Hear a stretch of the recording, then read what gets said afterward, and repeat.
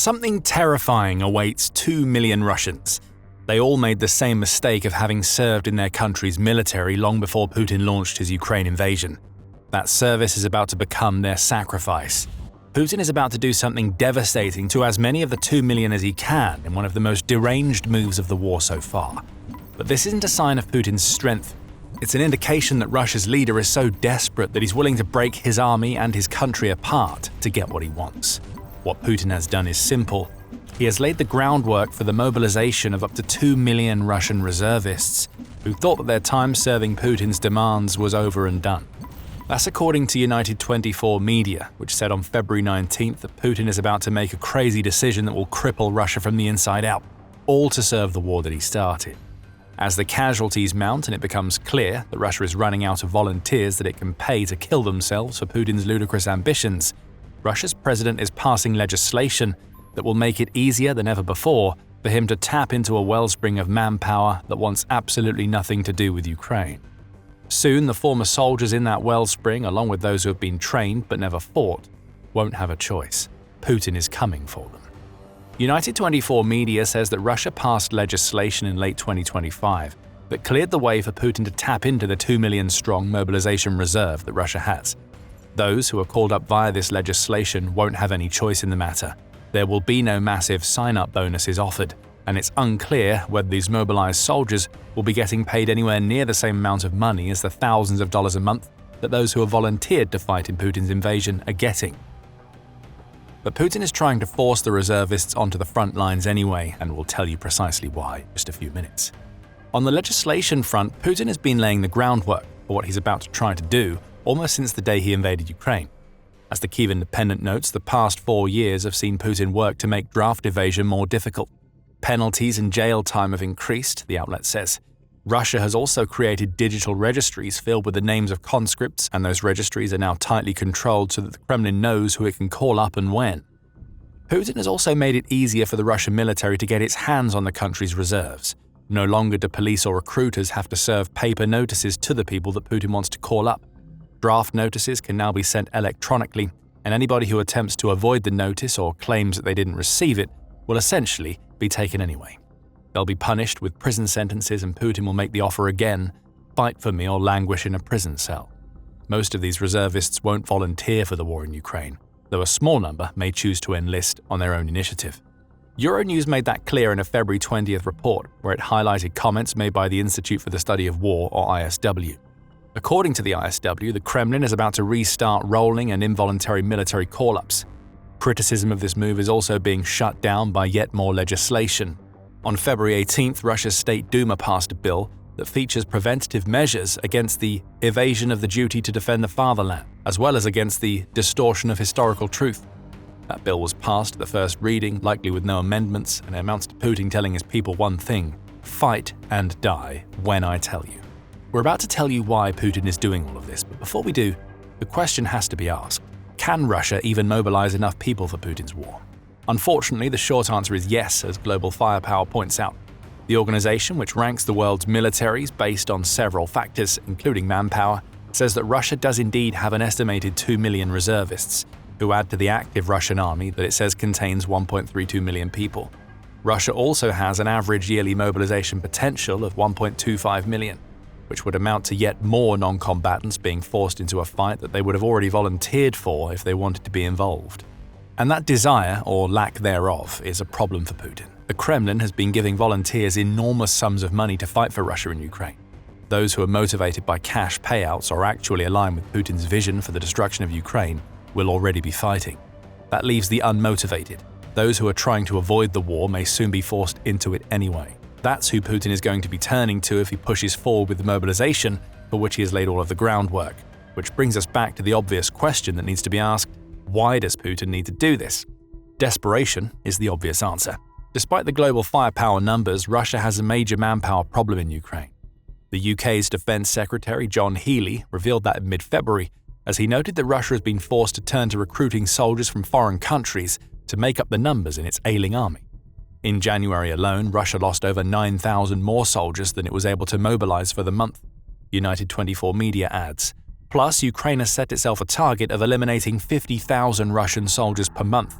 which given the state of the Russian forces on the ground seems eminently achievable. What Putin sees here is a recipe for the demolition of the only strategy that he has in Ukraine. Everything that Russia has gained so far, and that only amounts to about 20% of Ukraine since Putin launched his campaign of aggression back in 2014, has been built on the back of Russia being able to wage a war of attrition. Putin's approach has always been, there's more where they came from, when it comes to the sheer amount of death that his strategic incompetence has inflicted on the Russian military. Only, there isn't more. Not anymore.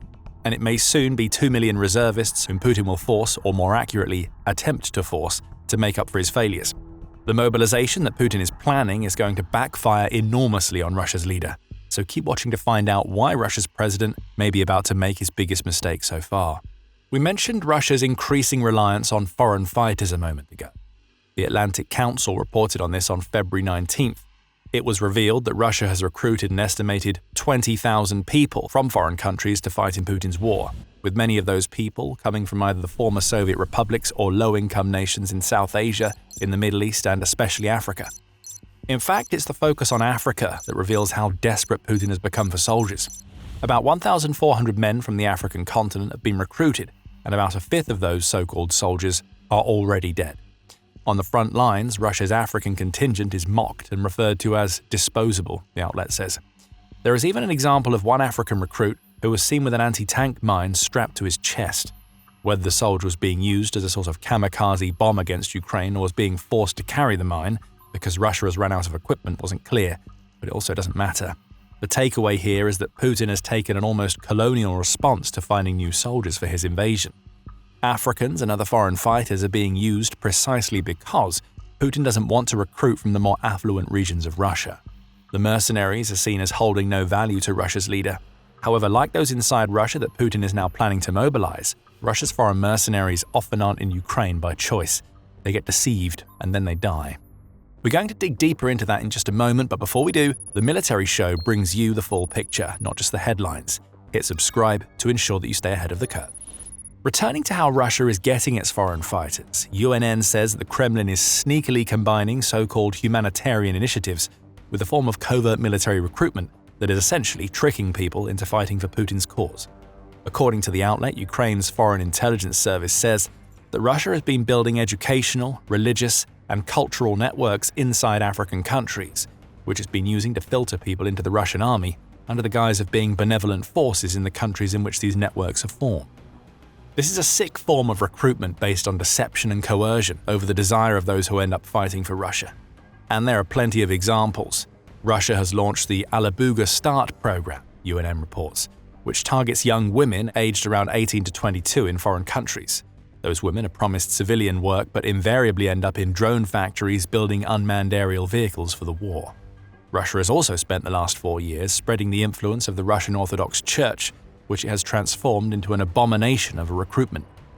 Potential soldiers are indoctrinated with messages about maintaining traditional values as Russia sees them, with that indoctrination then used to recruit individuals who think that they're willing to fight for the values that Russia teaches them until Ukrainian drones are flying over their heads.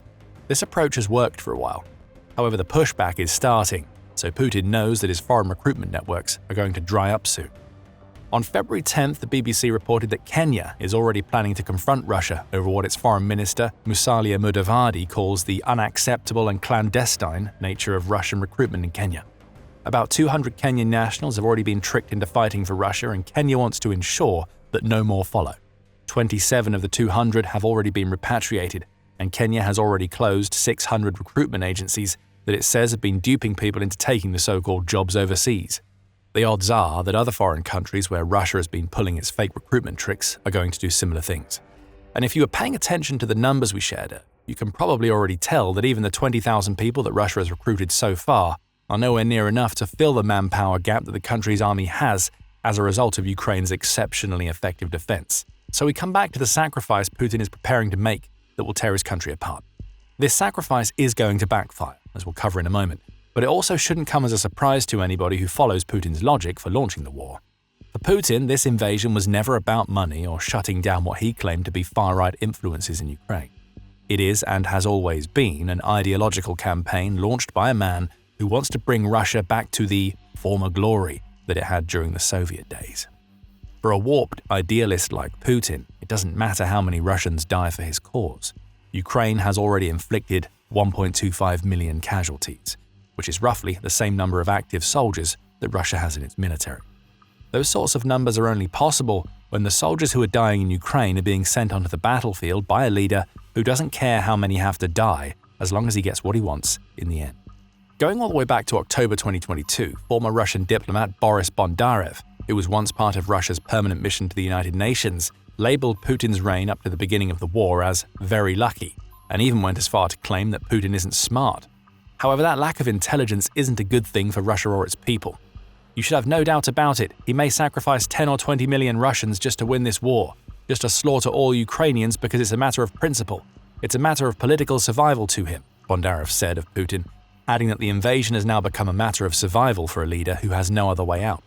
The war has to go on, or Putin is gone. Which leads us right back to how Russia's president is doing something that is going to backfire horribly.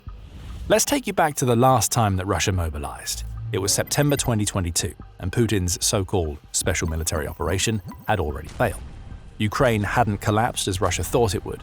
Far from it, in fact, as many of Russia's early gains had already been reversed, and Ukraine was putting up a defense that we now know lasted for 4 years and counting. With his army struggling, Putin announced a partial mobilization of reservists to go and fight in Ukraine. Remember the word partial, it's important. That initial round of mobilization saw Russia draft about 300,000 people into its army, before the Kremlin changed tack and started using obscene amounts of money to tempt volunteer soldiers into the fight. That partial mobilization was met with a massive backlash in Russia, and this was at a time when confidence was still somewhat high that Russia would win in Ukraine. The cost of the 300,000 reservists ended up being an estimated 700,000 to 900,000 Russians leaving their country, the ISW points out. That's a huge outflow of people for a country that Russian officials are saying will need another 2.4 million workers by 2030. And this was all the result of a partial mobilization. If Putin institutes the full mobilization for which he has laid the groundwork, the results would be disastrous for Russia. Up to 2 million people who could be working inside Russia will disappear into military service. That almost doubles the number of new workers that Russia is going to need by 2030, and it saps labor out of a country that is already struggling with a shortfall of 800,000 workers in the manufacturing sector alone. Russia needs another 1.5 million on top of that for its construction, trade, and service industry. Pulling another 2 million people out of Russia's non-war-based economy now just means the crippling of a country that is already sagging under the weight of Putin's war. That's not to mention the potential for yet more Russians to flee their country. If up to 900,000 Russians ran due to a partial mobilization of 300,000, what effect would the mobilization of 2 million have? The math says that Russia is preparing to call up 6.6 times more soldiers, which would translate into an exodus of 6 million people if we see the same response to what we saw in September 2022. Of course, that's speculative, especially now that Russia has made so many laws that it intends to use to punish draft dodgers. But even if the exodus is much smaller, it would likely still amount to hundreds of thousands of Russians gone on top of the 2 million called up, and almost 1.26 million and counting who have been killed, injured, or captured in Ukraine. The numbers don't really add up. Yes, Russia can mobilize if we look at the population and the number of reservists alone, but the question of whether it should is answered by the dire economic situation that the country finds itself in, and the massive backlash that will make September 2022 seem like a picnic for Putin. Of course, Russia shouldn't mobilize under the conditions that Putin has created, but Russia's president is acting out of desperation, and there's a little twist to all of this that offers another reason why Putin is going to break apart the Russian military with his deranged sacrifice. We'll get to that twist very soon. First, a little background. At around the same time that news of Putin's intended sacrifice broke, The Telegraph published an interesting report. It claimed that Russian commanders have a nice little grift going on, where they demand sums of up to £30,000 or about $40,400 from their soldiers as bribes. Those bribes pay for the soldiers not to be sent to the front lines, and this isn't the only grift that commanders have going on. In addition to stripping Putin's volunteer soldiers of the money that brought them into the Ukraine war in the first place, commanders are taking equipment from the soldiers. Extortion is commonplace on the front lines, as even soldiers who are commended for their bravery are being denied transfers unless they cough up. All of this is disgusting, of course, but it also raises an interesting theory about what could happen if Putin mobilizes in Russia. Trying to pull up to 2 million soldiers into the Russian military is far from cheap. Russia's entire volunteer recruitment campaign runs on cash, which is why the commanders are able to extort in the first place. Will the cash run out with mobilization? Will the Kremlin even offer the massive signing bonuses and wages that it's been giving to its volunteers to reservists that it drafts into Ukraine? If we assume that the cash will run out and the reservists don't get their money, then what about the commanders? Based on the Telegraph's report, Russia's military runs on corruption, where those higher up the chain abuse the lower down to enrich themselves. As the Centre for European Policy Analysis, or CEPA, puts it, the bribes that are needed to stay alive in Ukraine are now making the idea of serving far less appealing, even to those who really need Putin's money. The cash dries up, Russia's commanders may revolt. Why would they keep doing what they're doing without the fringe benefits that Russia's military system offers them? The Kremlin seems to be making no effort to stop these commanders, which amounts to tacit approval. One former soldier named Viktor Svobodchikov had been trying for a year to bring his commander to account through the appropriate channels at the time of CEPA's June 2025 report. Now, here's the twist. Putin's desperate mobilization may have the unintended side effect of ruining the Russian military's command structure. Commanders won't care about executing the Kremlin's orders if they're not making their bit on the side. What this could amount to is a command structure that puts no effort into forming any sort of strategy. The meat being sent in by mobilization will just be sent to die to Ukraine's drones, as the soldiers will offer no other value to their commanders. The irony here is that all that mobilization would do in this situation is make the problem that led to the need for mobilization in the first place even worse. Something terrifying does indeed await 2 million Russians. The dying gasp of Putin's desperate Ukraine invasion is going to get them killed. After all, Ukraine has been building up its defenses to the point where it can attrit Russia at a remarkable rate already. Take its drone defense. Ukraine has turned hunting Russians into a 24/7 McDonald's-like operation that is churning through Russian forces. Ukraine's drone operators will have a field day with Putin's desperate mobilization, and you can find out why in our video. And if you enjoyed this video, be sure to subscribe to the Military Show for more analysis of the moves that Putin makes, because he doesn't realize that he's already in checkmate. And thank you, as always, for watching.